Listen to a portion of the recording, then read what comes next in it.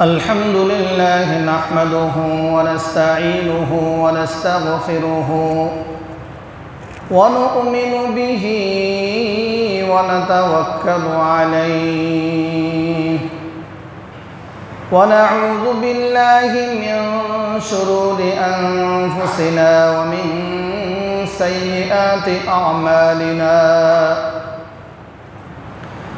من يهده الله فلا مضل له ومن يضلله فلا هادي له ونشهد أن لا إله إلا الله وحده لا شريك له ونشهد أن سيدنا ومولانا محمدا عبده ورسوله صلى الله تعالى عليه وعلى آله وأصحابه وبارك وسلم تسليما كثيرا أما بعد فأعوذ بالله من الشيطان الرجيم بسم الله الرحمن الرحيم إن عدة الشهور عند الله 12 شهرا في كتاب الله يوم خلق السماوات والأرض منها 4 حرم ذلك الدين القيم فلا تظلموا فيهن أنفسكم وقاتلوا المشركين كافة كما يقاتلونكم كافة واعلموا أن الله مع المتقين وقال تعالى في كلامه المجيد وفي فرقانه الحميد وقال رسول الله صلى الله عليه وسلم أفضل الصيام بعد رمضان شهر الله المحرم وأفضل الصلاة بعد الفريضة صلاة الليل وقال عليه الصلاة والسلام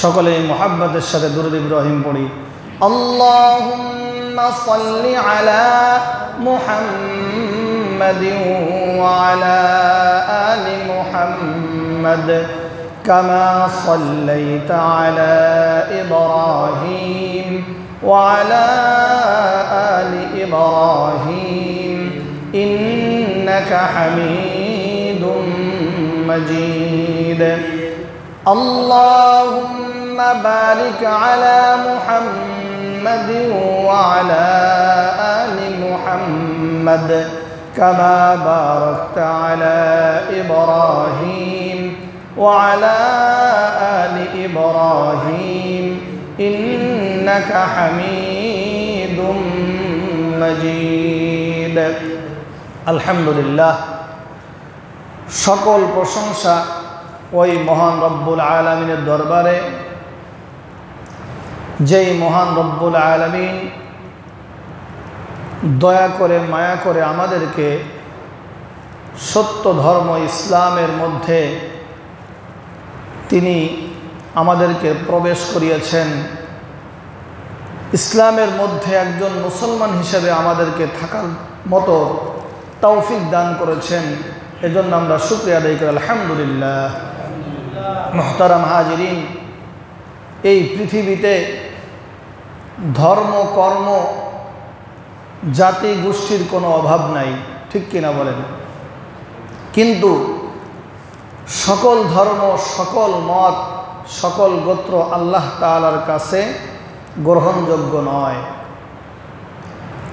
ইন্নাদ-দীনা ইনদাল্লাহিল ইসলাম আল্লাহ তাআলা রব্বুল আলামিন একমাত্র ইসলামকে মনোনীত করেছেন। এই ছাড়া আর যত ধর্ম কর্ম আর যত কিছু আছে না কেন আল্লাহ তাআলার কাছে গ্রহণযোগ্য নয় সেইগুলা। মুহতারাম হাজিরিন,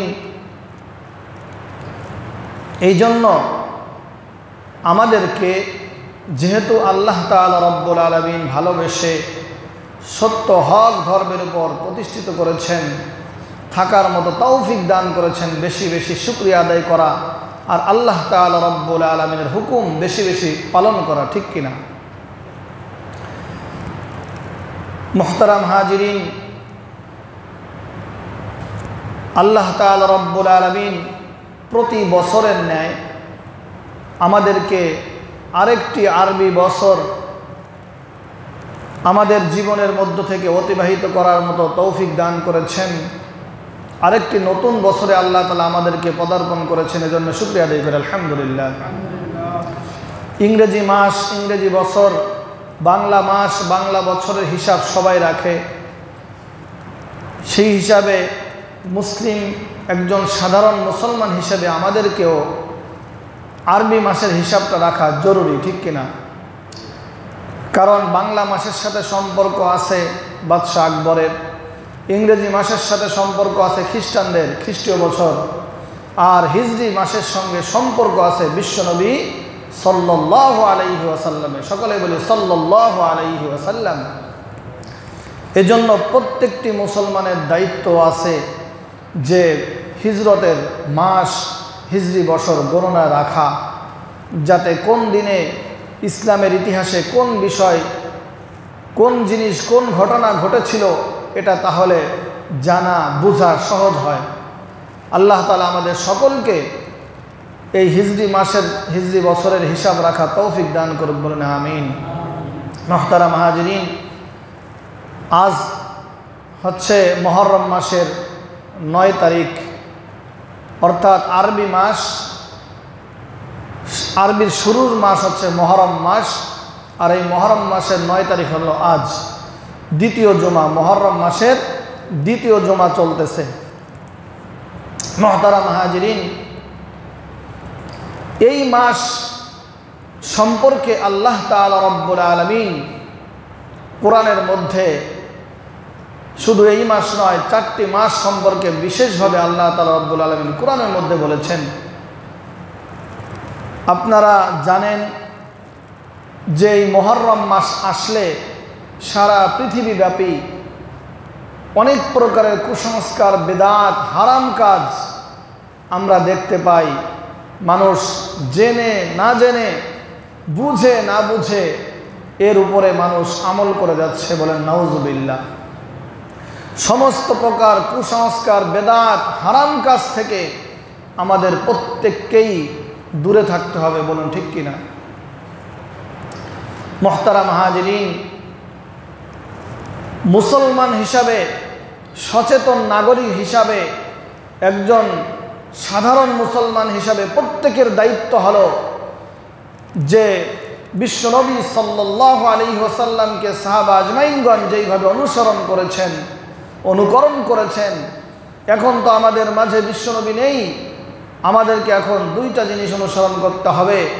যে কোনো বিষয় যখন আমাদের সামনে আসবে, জীবনের প্রত্যেকটি পার্টে পার্টে, জীবনের প্রত্যেকটি ধাপে ধাপে যখন কোনো বিষয় আমাদের সামনে আসবে, তাহলে আমাদের উচিত যে সেখানে কোরআন এবং হাদিসকে মিলানো, যে কোরআনে আছে কিনা, হাদিসে আছে কিনা।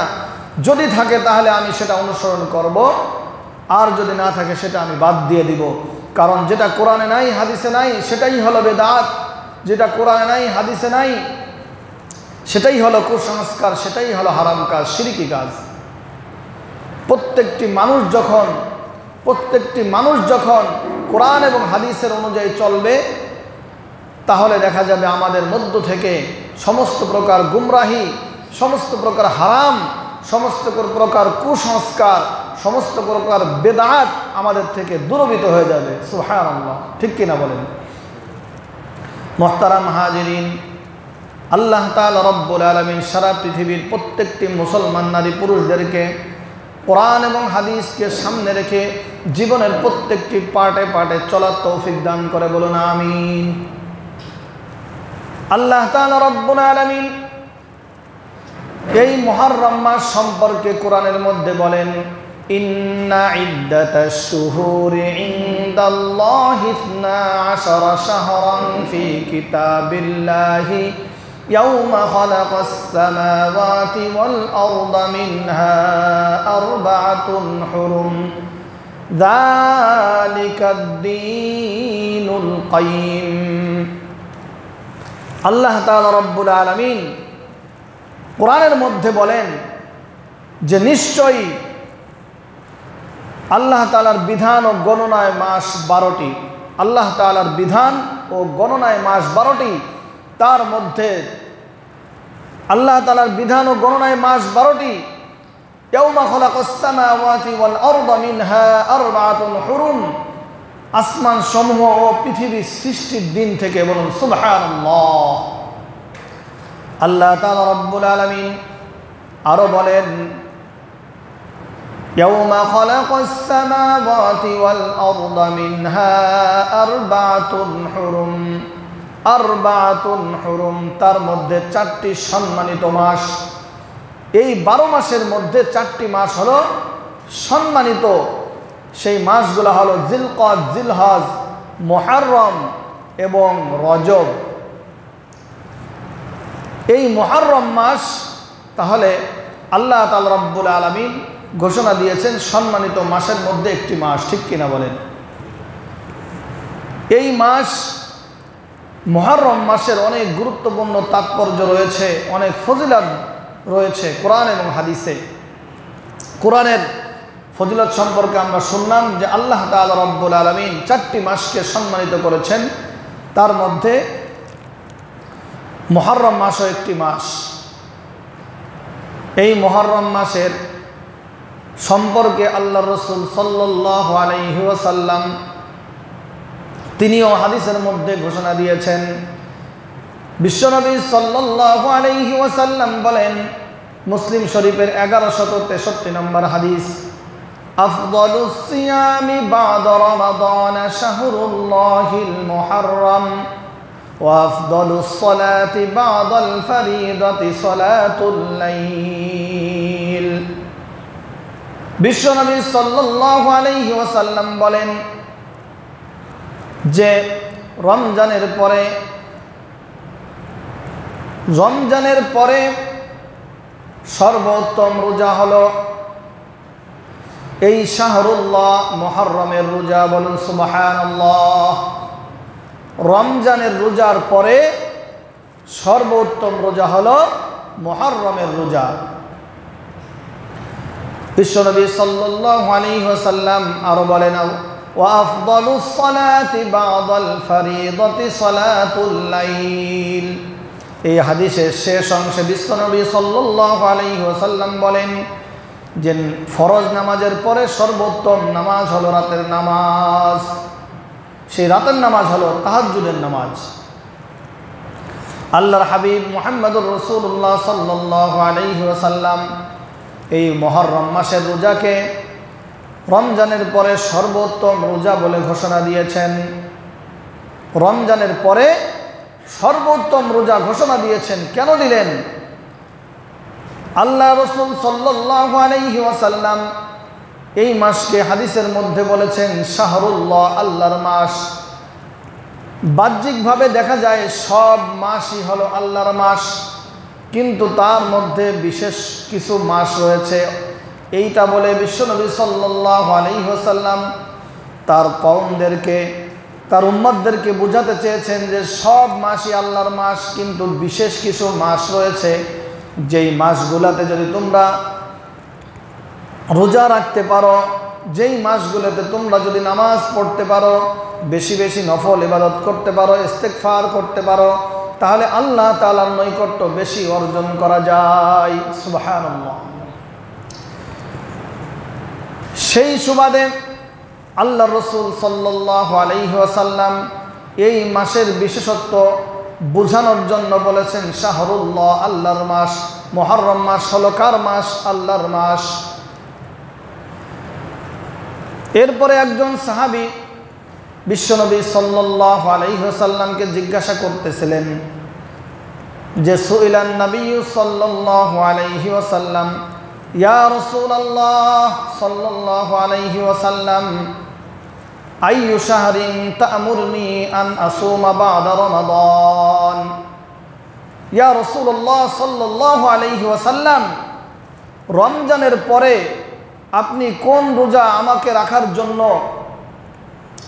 বলবেন? রমজানের পরে সর্বোত্তম রোজা কখন, কোনটি? তখন বিশ্বনবী সাল্লাল্লাহু আলাইহি ওয়াসাল্লাম বলতেছিলেন যে রমজানের পরে যদি তুমি রমজানের পরে কোনো রোজা রাখতে চাও, রমজানের পরে যদি তুমি কোনো রোজা রাখতে চাও অন্য মাসে, তাহলে তুমি শাহরুল্লাহ মুহররমের রোজা রাখো। বলুন সুবহানাল্লাহ। এরপরে বিশ্বনবী সাল্লাল্লাহু আলাইহি ওয়াসাল্লাম বলেন, হে আমার সাহাবী শোনো, এই মুহররম মাসের মধ্যে এমন একটি দিন রয়েছে যেই দিনে রোজা রাখলে, যেই দিনে আল্লাহ তাআলা রব্বুল আলামিন পূর্বেকার অনেকের দোয়াকে কবুল করেছেন। বলুন সুবহানাল্লাহ। অনেকের তওবা কবুল করেছেন যেই দিনে আল্লাহ তাআলা রব্বুল আলামিন, এবং ভবিষ্যতেও সেই দিনে যদি মানুষ তওবা করে তাহলে আল্লাহ তাআলা রব্বুল আলামিন সেই দিনও তওবা কবুল করবেন। বলুন সুবহানাল্লাহ। তিরমিজি শরীফে 751 নম্বর হাদিসের মধ্যে এসেছে যে বিশ্বনবী সাল্লাল্লাহু আলাইহি ওয়াসাল্লামকে একজন সাহাবী প্রশ্ন করলেন, ইয়া রাসূলুল্লাহ, যে আপনি আমাকে রমজানের পরে কোন মাসে রোজা রাখার নির্দেশ দিবেন? তখন বিশ্বনবী সাল্লাল্লাহু আলাইহি ওয়াসাল্লাম তাকে বুঝাচ্ছিলেন, বলতেছিলেন যে তুমি রমজানের পরে অন্য মাসে যদি রোজা রাখতে চাও তাহলে তুমি মুহররম মাসে রোজা রাখো। কেননা মুহররম মাস হলো আল্লাহর মাস, যেই মাস এখন আমরা অতিক্রম করতেছি। মুহররম মাসের আজকে হচ্ছে 9 তারিখ।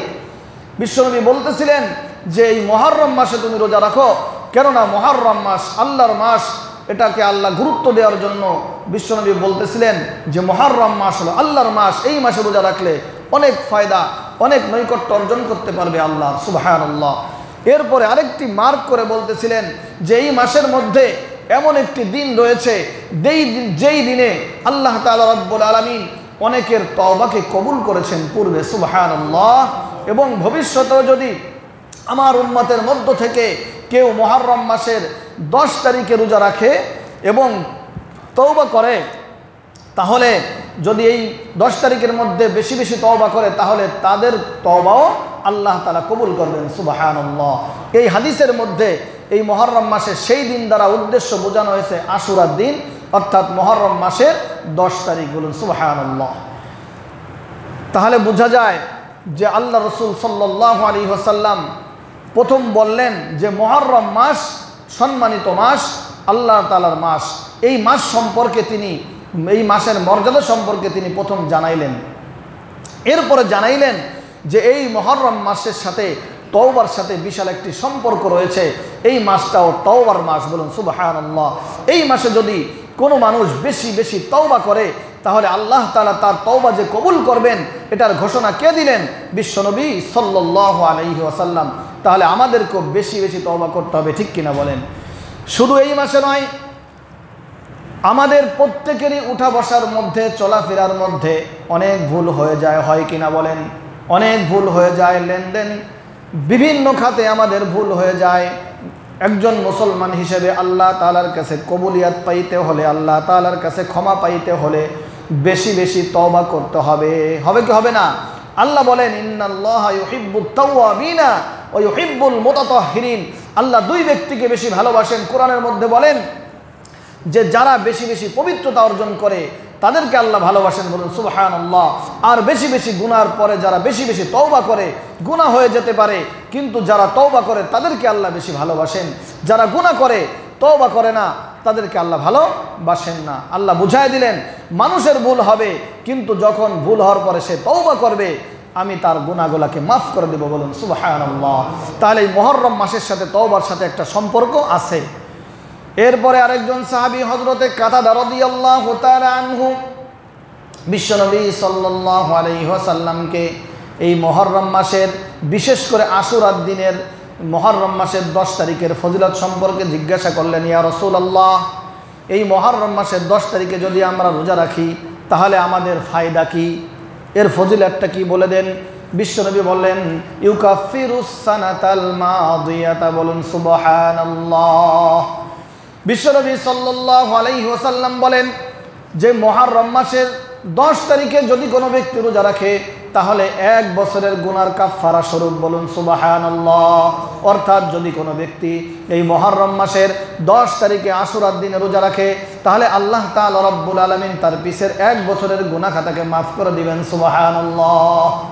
মুসলিম শরীফের 2404 নম্বর হাদিসের মধ্যে এই কথাটি এসেছে যে মুহররম মাসের 10 তারিখে যদি কেউ রোজা রাখে তাহলে তার পিছের 1 বছরের গুনাহ খাতাকে আল্লাহ তাআলা মাফ করে দিবেন। তাহলে মুহররম মাসের 3টি ফজিলত সম্পর্কে আমরা শুনলাম। 1 নম্বরে হলো যে শাহরুল্লাহ, এই মাসে বেশি বেশি রোজা রাখতে হবে, বেশি বেশি এই মাসে রোজা রাখতে হবে, কেননা এটা আল্লাহর মাস। এই মাসে বেশি বেশি রোজা রাখলে আল্লাহ তাআলা তার নৈকট্য, এই বান্দাকে বেশি বেশি আল্লাহ তাআলার নৈকট্য সেই বান্দা অর্জন করতে পারবে, সুবহানাল্লাহ। 2 নম্বর আমল হলো এই মাসের মধ্যে বেশি বেশি তাওবা আর ইস্তেগফার করতে হবে, তাহলে আল্লাহ তাআলা রব্বুল আলামিন তার তওবা কবুল করে নিয়ে তার পিছের সমস্ত গুনাহ মাফ করে দিবেন, বলুন সুবহানাল্লাহ। 3 নম্বর আমল যে বিশ্বনবী বলেন যে এই মাসের মধ্যে 10 তারিখে যারা রোজা রাখবে তাদের পিছের 1 বছরের গুনাহকে আল্লাহ তাআলা মাফ করে দিবেন, বলুন সুবহানাল্লাহ। এই 3টা আমল। এখন আমরা কয়টা রোজা রাখবো এই সম্পর্কে একটু শুনি। বিশ্বনবী সাল্লাল্লাহু আলাইহি ওয়াসাল্লাম বলেন, হযরত আব্দুল্লাহ ইবনে আব্বাস রাদিয়াল্লাহু তাআলা আনহু থেকে বর্ণিত, বিশ্বনবী সাল্লাল্লাহু আলাইহি ওয়াসাল্লাম যখন আশুরার দিনটাকে সাহাবীদেরকে বললেন যে এই দিনে তোমরা রোজা রাখো, তাহলে তখন সাহাবা আজমাইনগণ বলতেছেন, ইয়া রাসূলুল্লাহ, আশুরার দিন তো এমন একটি দিন যেই দিনে ইহুদি খ্রিস্টানরা এই দিনটাকে তারাও রোজা রাখে বা তারা সম্মান প্রদর্শন করে। তখন বিশ্বনবী সাল্লাল্লাহু আলাইহি ওয়াসাল্লাম বললেন, ঠিক আছে, সামনে বছর যদি আমি জীবিত থাকি তাহলে 9 তারিখও রোজা রাখবো, সুবহানাল্লাহ। কিন্তু দুঃখের বিষয়, সামনে বছর আসার আগে বিশ্বনবী সাল্লাল্লাহু আলাইহি ওয়াসাল্লাম ইন্তেকাল হয়ে গিয়েছেন, কিন্তু তার মনের ভাবটা তিনি প্রকাশ করে গিয়েছেন যে হে আমার উম্মতেরা, তোমরা ইহুদি নাসরাত থেকে এন্টি করো, তাদের সাথে সামঞ্জস্য থাকে এরকম ইবাদত তোমরা করো না। তারা যেহেতু এই দিনটাকে সম্মান করে, তারা যেহেতু এই দিনটাকে রোজা রাখে, তাহলে তোমরা 9 তারিখ মিলায় দাও, অর্থাৎ 9, 10, 2 দিন রোজা রাখো, সুবহানাল্লাহ। যারা আমরা পারি, আজকে অনেকে রোজা রেখেছে, আলহামদুলিল্লাহ, তারা কালকেরটা রাখলে তাদের রোজার ফজিলাত তারা আল্লাহ কবুল করলে তাদের রোজা কবুল হয়ে যাবে, তাদের 2টা হয়ে যাবে, 9 আর 10। আর যারা আজকেরটা রাখতে পারে নাই, যারা পারবেন ইনশাআল্লাহ কালকেরটার সাথে শনিবারেরটার সাথে রবিবারও মিলাই দিবেন, তাহলে আল্লাহ রসুলের যে চাহাত ছিল ইহুদি খ্রিস্টানদের বিরোধিতা করা সেটা আদায় হয়ে যাবে, ঠিক কিনা বলেন। তাহলে ইনশাআল্লাহ আমরা আশুরা রোজা রাখবো তো ইনশাআল্লাহ। এখন আসেন, বিশ্বনবী সাল্লাল্লাহু আলাইহি ওয়াসাল্লাম আশুরা রোজা কেন রাখলেন, এই দিনে কেন সম্মান আসলো, এই বিষয়ে জানার দরকার। আমাদের প্রত্যেকটি পার্টে, আমি পূর্বেই বলেছি বয়ানের, প্রত্যেকটি পার্টে, আমাদের জীবনের প্রত্যেকটি সেক্টরে আমাদের যে কাজ সামনে আসবে এটা আমাদের জাস্টিফাই করা দায়িত্ব আমাদের, ঠিক কিনা বলেন। দুনিয়ার ক্ষেত্রে যেইভাবে আমরা অনেকভাবে চিন্তা ভাবনা করে সামনে আগাই, কি কাজ করলে আমার ভালো হবে, কোন কাজ করলে আমার রিস্ক কম আছে, কোন কাজ করলে আমি দুর্ঘটনায় যাব না, দুর্ঘটনায় পড়ব না, সেই কাজ করার জন্য মানুষ চিন্তা ভাবনা করে আগায়, ঠিক কিনা বলেন। প্রত্যেকটা খাতে দুনিয়ার মধ্যে ঠিক তেমনিভাবে তার থেকেও বেশি গুরুত্ব দিতে হবে ইমানি লাইনে, পরকালের লাইনে, পরকালের জন্য। কেননা দুনিয়ার মধ্যে অ্যাক্সিডেন্ট হলে, গাড়ি অ্যাক্সিডেন্ট করে একটা মানুষ মারা গেছে, এই মারা যাওয়ার পরে আর কিছু তার দুনিয়ায় বাকি থাকে না, থাকে, কিন্তু পরকালের জীবন শুরু আছে, শেষ নাই। সেখানে যদি আপনি বিপদগ্রস্ত হয়ে যান, সেখানে যদি আমি আর আপনি বিপদগ্রস্ত হয়ে যাই, অনন্ত অসীমকাল পর্যন্ত জাহান্নামে থাকতে হবে। ইমানের বিষয় আসলে অবশ্যই আপনাকে খুঁজতে হবে যে কোরআনে আছে কিনা, হাদিসে আছে কিনা, এই আমলটা অবশ্যই জাস্টিফাই করতে হবে, ঠিক কিনা বলেন। তাহলে বিশ্বনবী সাল্লাল্লাহু আলাইহি ওয়াসাল্লাম হাদিসের মধ্যে এসেছে যে এই দিনটাকে, বিশেষ করে মুহররম মাসের 10 তারিখ আশুরার দিনটাকে কেন তিনি গুরুত্ব দিয়েছেন। হাদিসের মধ্যে এসেছে যে বিশ্বনবী সাল্লাল্লাহু আলাইহি ওয়াসাল্লাম যখন মক্কা থেকে মদিনায় হিজরত করে আসলেন, আসার পরে দেখেন ইহুদি নাসারারা এই দিনে রোজা রাখে। বিশ্বনবী তাদেরকে জিজ্ঞাসা করলেন যে ভাই, তোমরা কেন এই দিনে রোজা রাখো, এই দিনটা কি এমন দিন? তখন তারা বলতেছে, ইয়া রাসূলুল্লাহ, এই দিনে আমরা এই জন্য রোজা রাখি যে এই দিনে হজরতে মুসা আলাইহিস সালাতু ওয়াস সালাম এবং তার কওমদেরকে আল্লাহ তাআলা রব্বুল আলামিন জালেম বাদশাহ ফিরাউনের সেনাবাহিনী থেকে, ফিরাউনের হাত থেকে তাদেরকে তিনি মুক্তি দান করেন, ওই নদী পার করে দেন। সাথে সাথে পার করে দেওয়ার পরে এই দিনে আল্লাহ তাআলা রব্বুল আলামিন জালেম বাদশাহ ফিরাউনকে নদীর মধ্যে চুবায়ে চুবায়ে মারেন। এই জন্য হজরতে মুসা আলাইহিস সালাম এই বিপদ থেকে বেঁচে যাওয়ার কারণে আল্লাহ তাআলা শুকরিয়া আদায় স্বরূপ তিনি রোজা রাখলেন। আর সেই সম্মানের জন্য আমরাও রোজা রাখি। এটা কাদের কথা? ইহুদিদের কথা। তখন বিশ্বনবী সাল্লাল্লাহু আলাইহি সাল্লাম বললেন, মুসা আলাইহিস সালাতু ওয়াস সালামের ব্যাপারে তোমাদের থেকে আমরা বেশি হকদার, বলুন সুবহানাল্লাহ। এরপর থেকে বিশ্বনবী নিজেও এই আশুরার দিনে রোজা রেখেছেন, সাহাবীদেরকে রোজা রাখতে বলেছেন। তাহলে সহিহ সনদে এই দুইটা ঘটনা এসেছে। আর দেখবেন বর্তমানে অনেক মানুষ অনেক রকমের চমকপ্রদ কথা বলে এই আশুরার দিনে, এইগুলো গ্রহণযোগ্য নয়। দুইটা সনদে সহিভাবে এই দুইটা ঘটনা এসেছে। একটা হলো মুসা আলাইহিস সালাতু ওয়াস সালামকে আল্লাহ তাআলা রব্বুল আলামিন জালেম বাদশাহ ফিরাউনের সেনাবাহিনী থেকে মুসা আলাইহিস সালাম এবং তার কওমকে তাদের হাত থেকে আল্লাহ তাআলা নাজাত দিয়েছেন, মুক্তি দিয়েছেন। আর দ্বিতীয় ঘটনা এসেছে যে ফিরাউন জালেম বাদশাহ তাদেরকে তার সেনাবাহিনী সহ আল্লাহ তাআলা ওই পানির মধ্যে ডুবায় মেরেছেন। এই দুইটা ঘটনা সহিহ, এই দুইটা ঘটনাই এসেছে। তবে আরও ঘটনাও আছে, যেই মুহররম মাসে কিয়ামত ঘটবে, শুক্রবারে কিয়ামত ঘটবে, এরকম ঘটনা অন্য হাদিসে আছে, অসুবিধা নাই। তবে এই মুহররমকে কেন্দ্র করে অনেক বাতিল কথা, অনেক কুসংস্কার কথা, অনেক কুফরি শিরকি কথা প্রচার করা হচ্ছে। আর এক প্রকারের মানুষ যারা না জেনে এটাকে বিশ্বাস করে নিচ্ছে, এটা কিন্তু বেদাত। কয়েকটা বলি, দেখেন কোনো লোককে যদি জিজ্ঞাসা করা হয়, অনেক লোককে জিজ্ঞাসা করবেন যে ভাই তুমি এই দিনে কেন রোজা রেখেছো, এই দিনে কেন রোজা রেখেছো? তখন সে নির্দ্বিধায় বলে দেয় যে হুসাইন রাদিয়াল্লাহু তাআলা আনহু এই দিনে শাহাদাত বরণ করেছেন, এই জন্য আমি রোজা রাখি। বলেন নাউজুবিল্লাহ।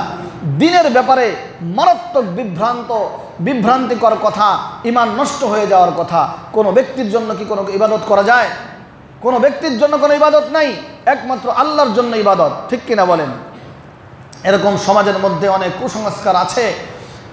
দেখেন সর্বোপরি কথা হলো, অনেক বিস্তারিত আলোচনা সংক্ষেপে বলবো, সেটা হলো যে এই আশুরার দিনে এই মুহররমের 10 তারিখে হুসাইন রাদিয়াল্লাহু তাআলা আনহুকে নির্মমভাবে শাহাদাত বরণ করানো হয়েছে, ঠিক কিনা? সবাই আমরা জানি তিনি এই আশুরার 10 তারিখে শাহাদাত বরণ করেছেন বিধায় আশুরার দাম বেড়ে গেছে, এরকমটি নয়, এটা ভুল ধারণা। বরঞ্চ হজরতে হুসাইন রাদিয়াল্লাহু তাআলা আনহু এই 10 তারিখে আশুরার দিনে শাহাদাত বরণ করেছেন বিধায় তার শাহাদাতের মর্যাদা আল্লাহ তাআলা বাড়িয়ে দিয়েছেন, সুবহানাল্লাহ। কিন্তু ভুল, কত বড় ভুল দেখেন। মানুষ মনে করে, বিশেষ করে শিয়ারা খুব সার্থকতা অর্জন করেছে, সারা পৃথিবীব্যাপী তারা মানুষদের মধ্যে এই হুসাইন রাদিয়াল্লাহু তাআলা আনহু শাহাদাত বরণকে কেন্দ্র করে তারা বিভিন্ন কুসংস্কার, তাজিয়া, বহুত কিছু কুসংস্কার এবং শিরকি, এমনকি কুফরি কাজও তারা করতেছে। আর মানুষ না জেনে এই দিকে ধাবিত হচ্ছে। এটা পুরাই গুমরাহি। কারণ দেখেন আল্লাহ রসুল সাল্লাল্লাহু আলাইহি ওয়াসাল্লাম হুসাইন রাদিয়াল্লাহু তাআলা আনহুর 50 বছর পূর্বে, হুসাইন রাদিয়াল্লাহু তাআলা আনহুর শাহাদাতের 50 বছর পূর্বে এই আশুরার দিন উদযাপন করেছেন রোজার মাধ্যমে, তওবার মাধ্যমে, ঠিক কিনা বলেন? বিশ্বনবী সাল্লাল্লাহু আলাইহি ওয়াসাল্লামের ইন্তেকালের 50 বছর পরে যায় হুসাইন রাদিয়াল্লাহু তাআলা আনহু শাহাদাত বরণ করেছেন। তার আশুরার দিন তো আরও আগের থেকে উদযাপিত হয়ে আসতেছে ধর্মীয় রীতিনীতিভাবে, যেমন রোজার মাধ্যমে, তাওবার মাধ্যমে। কিন্তু হুসাইন রাদিয়াল্লাহু তাআলা আনহুর শাহাদাতকে কীভাবে লাগায় দিল যে হুসাইন রাদিয়াল্লাহু তাআলা আনহু শাহাদাত বরণ করেছেন, এই জন্য তারা রোজা রাখে। বলেন নাউজুবিল্লাহ। ইবাদত হতে হবে একমাত্র আল্লাহর জন্য। আরেকটি তথ্য দেই, হুসাইন রাদিয়াল্লাহু তাআলা আনহু ইন্তেকালের পরে, শহীদ হওয়ার পরে, হুসাইন রাদিয়াল্লাহু তাআলা আনহু শহীদ হওয়ার পরে প্রায় 300 বছর পর্যন্ত কোনো দিন এই ধরনের কুসংস্কার, তাজিয়া মিছিল, তাজিয়া পাঠ করা, মিছিল বাইর করা, র্যালি বাইর করা, জামা ছিঁড়া, আহাজারি করা, কান্নাকাটি করা 300 বছর পর্যন্ত ইতিহাসে কোথাও নাই যে হুসাইন রাদিয়াল্লাহু তাআলা শাহাদাত বরণ করেছে এইভাবে মাতম করতে হবে। 300 বছরের মধ্যে এরকম ঘটনা ঘটে নাই। কিন্তু 300 বছর পরে এসে, প্রায় 300-350 বছর পরে এসে মইজুদ্দৌলা নামক এক শিয়া, সে এইটাকে আবিষ্কার করেছে। এই তাজিয়া মিছিল এটা সে আবিষ্কার করেছে সর্বপ্রথম তারপরে দ্বিতীয়তে মিশরে আরেকজন আবিষ্কার করেছে, এটাকে প্রচার করেছে, এরপরে আস্তে আস্তে সারা পৃথিবীতে ছড়িয়ে গিয়েছে। এজন্য আমি বলবো, দেখেন ইসলামের মধ্যে সমস্ত কিছুর একটা লিমিট করে দেওয়া হয়েছে। ইসলাম যারা পালন করবে তাদের জীবনটাকে লিমিট অনুযায়ী চালাইতে হবে, আনলিমিট চালাইলে হবে না। আল্লাহ তাআলার গণ্ডির মধ্যে থাকতে হবে, আল্লাহ তাআলা যেভাবে বলেছেন ঠিক সেইভাবে আদায় করতে হবে প্রত্যেকটি কাজ। আর আল্লাহ তাআলা রব্বুল আলামিন বিশ্ব নবীকে পাঠিয়ে আমল শিখিয়ে দিয়েছেন যে রসুল যেভাবে আমল করেছে, রসুলের পদাঙ্ক যদি তোমরা অনুসরণ করতে পারো তাহলে শেষ জামানার নবীর উম্মতের যে মর্যাদা, সেই মর্যাদা তোমরা পেয়ে যাবে। বলুন সুবহানাল্লাহ। আর যদি এর ব্যতিক্রম করো তাহলে নিশ্চিত জাহান্নাম। কারণ দেখেন বিশ্বনবী সাল্লাল্লাহু আলাইহি সাল্লাম আশুরার দিনকে কিভাবে উদযাপন করেছেন, রোজা তওবার মাধ্যমে, আর তারা করে গান বাজনার মাধ্যমে, তাজিয়ার মাধ্যমে। এটা একদম কুসংস্কার, গুমরাহি। এটা এসেছে 300-350 বছর পরে, এটার সাথে কোনোভাবে জড়িত থাকা যাবে না। আল্লাহ তাআলা সকলকে হেফাজত করে, বলুন আমিন। আল্লাহ তাআলা সকলকে হেফাজত করুন, বলুন আমিন। দেখেন হুসাইন রাদিয়াল্লাহু তাআলা আনহু একজন সাহাবী, রাসূল সাল্লাল্লাহু আলাইহি ওয়াসাল্লামের কলিজার টুকরা নাতি ছিলেন। তার ব্যাপারে আমাদের ভালোবাসার কোনো কমতি আছে? তার ব্যাপারে আমাদের ভালোবাসার কোনো কমতি নাই। কিন্তু তাকে বেশে তার ভালোবাসার বহিঃপ্রকাশ করতে গিয়ে যদি আমি কোরআন হাদিসকে অমান্য করে দেই, ধর্মের রীতিনীতি উপেক্ষা করে আমি যদি অন্য কিছু করে ফেলি, তাহলে এটাই হবে সবচেয়ে বড় জুলুম, আর এটা হবে সবচেয়ে বড় গুমরাহি। ঠিক কিনা বলেন? আমি আপনাদের কাছে প্রশ্ন করি, দেখেন হুসাইন রাদিয়াল্লাহু তাআলা আনহু তার দলবল নিয়ে শাহাদাত বরণ করেছেন এই আশুরার দিনে। কিন্তু মুসলমানদের মধ্যে, মুসলমান ইতিহাসের মধ্যে এর থেকেও মর্মান্তিক ঘটনা ঘটেছে কিনা বলেন? উহুদের যুদ্ধে বিশ্বনবী সাল্লাল্লাহু আলাইহি ওয়াসাল্লাম নিজে আঘাতপ্রাপ্ত হয়েছেন কিনা? সাথে সাথে 70 জনের বেশি সাহাবী শাহাদাত বরণ করেছেন বিশ্বনবী সাল্লাল্লাহু আলাইহি ওয়াসাল্লামের জীবদ্দশায়। সেই সমস্ত সাহাবীদের ব্যাপারে কোনো মাতম হয় নাই, কোনো আহাজারি কান্নাকাটি হয় নাই, বুক চাপড়ানো হয় নাই, অনইসলামিক কোনো কাজ কাম হয় নাই। তাহলে যারা আজ হুসাইন রাদিয়াল্লাহু তাআলা আনহুর শাহাদাতকে কেন্দ্র করে এই ধরনের যেসব জিনিস ঘটাচ্ছে, যেসব আমল করতেছে, এগুলো গুমরাহি কিনা বলেন? একবারে ঠান্ডা মাথায় যদি আপনি চিন্তা করে দেখেন যে উহুদ যুদ্ধে রসুলও মার খাইলেন কাফেরদের হাতে, বিশ্বনবী সাল্লাল্লাহু আলাইহি ওয়াসাল্লামের দাঁত শহীদ হয়ে গেল, রসুল সাল্লাল্লাহু আলাইহি ওয়াসাল্লামের 70 জনের অধিক সাহাবী শাহাদাত বরণ করলো, তাদের ব্যাপারে কোনো মাতম নাই, তাদের ব্যাপারে কোনো অনইসলামিক কাজ নাই। যারা এই মুহররমকে কেন্দ্র করে শিয়া সম্প্রদায়ের সাথে মিলিত হয়ে যারা এই শিয়া সম্প্রদায়ের তাজিয়ার মধ্যে অ্যাটেন্ড করতেছে, তাদের আমল করতেছে, তাদের অনুসরণ করতেছে, অনুকরণ করতেছে, এই সমস্ত যে গুমরাহি, যেহেতু শাহাদাত বরণ করেছেন পূর্বে অনেক সাহাবী, তাদের ব্যাপারে কোনো চিন্তা নাই, শুধু হুসাইন রাদিয়াল্লাহু তাআলা আনহু কেন্দ্র করে। এটা হলো একটা ব্ল্যাকমেইলের মতো, ব্ল্যাকমেইল করে মানুষের ইমান আমলকে নষ্ট করে দিচ্ছে। আল্লাহ তাআলা সকলকে হেফাজত করে, বলুন আমিন। অনেক বড় ইতিহাস আছে, বলার সুযোগ নাই, সময় কম, সময় শেষ হয়ে গিয়েছে। আমি বলবো ভাই, আপনি আপনার মতো করে আপনার জায়গা থেকে ইসলামের প্রত্যেকটি আমল আপনি জাস্টিফাই করে আদায় করেন, ঠিক কিনা? রিসার্চ করেন, পড়াশোনা করেন। আর যদি আপনি অক্ষম হন যে আমি তো এই লাইনের লোক না, কোরআন হাদিস তো আমি বেশি জানি না, তাহলে হক্কানি আলেম ওলামাকে খুঁজে বের করে তাদের কাছ থেকে আপনাকে আমল শিখতে হবে। না হলে কি হবে জানেন? একটা গুমরাহি আমল আপনাকে জাহান্নামে নিয়ে যাওয়ার জন্য যথেষ্ট। আল্লাহ রাসূল সাল্লাল্লাহু আলাইহি ওয়াসাল্লামের হাদিস আছে মুসলিম শরীফের মধ্যে, মান আহদাসা ফি আমরিনা হাযা মা লাইসা মিনহু ফাহুয়া রাদ্দুন। আল্লাহ রাসূল বলেন, আমার দিনের মধ্যে নাই এমন কোনো কাজ, এমন কোনো আমল যদি কেউ করে থাকে তাহলে সেটা প্রত্যাখ্যাত। কুল্লু বেদাতিন দলালা ও কুল্লু দলালাতিন ফিন্নার। প্রত্যেক বেদাতি ধ্বংস এবং বেদাতের শেষ পরিণাম জাহান্নাম। সুতরাং আল্লাহ রাসূল সাল্লাল্লাহু আলাইহি ওয়াসাল্লামের জীবদ্দশায় ইসলামকে আল্লাহ পরিপূর্ণ করে দিয়েছেন। আল-ইয়াউমা আকমালতু লাকুম দীনাকুম ওয়া আতমামতু আলাইকুম নি'মাতি ওয়া রাদিতু লাকুমুল ইসলাম দীনা। আল্লাহ রাব্বুল আলামিন রসুলের দিনকে, ইসলামকে পরিপূর্ণ করে দিয়েই তো রসুলের ইন্তেকাল হয়ে গিয়েছে, ঠিক কিনা বলেন? কিন্তু রসুল যখন ইন্তেকাল করেছেন, এরপরে জিবরাইল আলাইহিস সালাম কার কাছে আসবে? নতুন কোনো আমল আর তৈরি করা যাবে না, কখনোই আর আমল হবে না।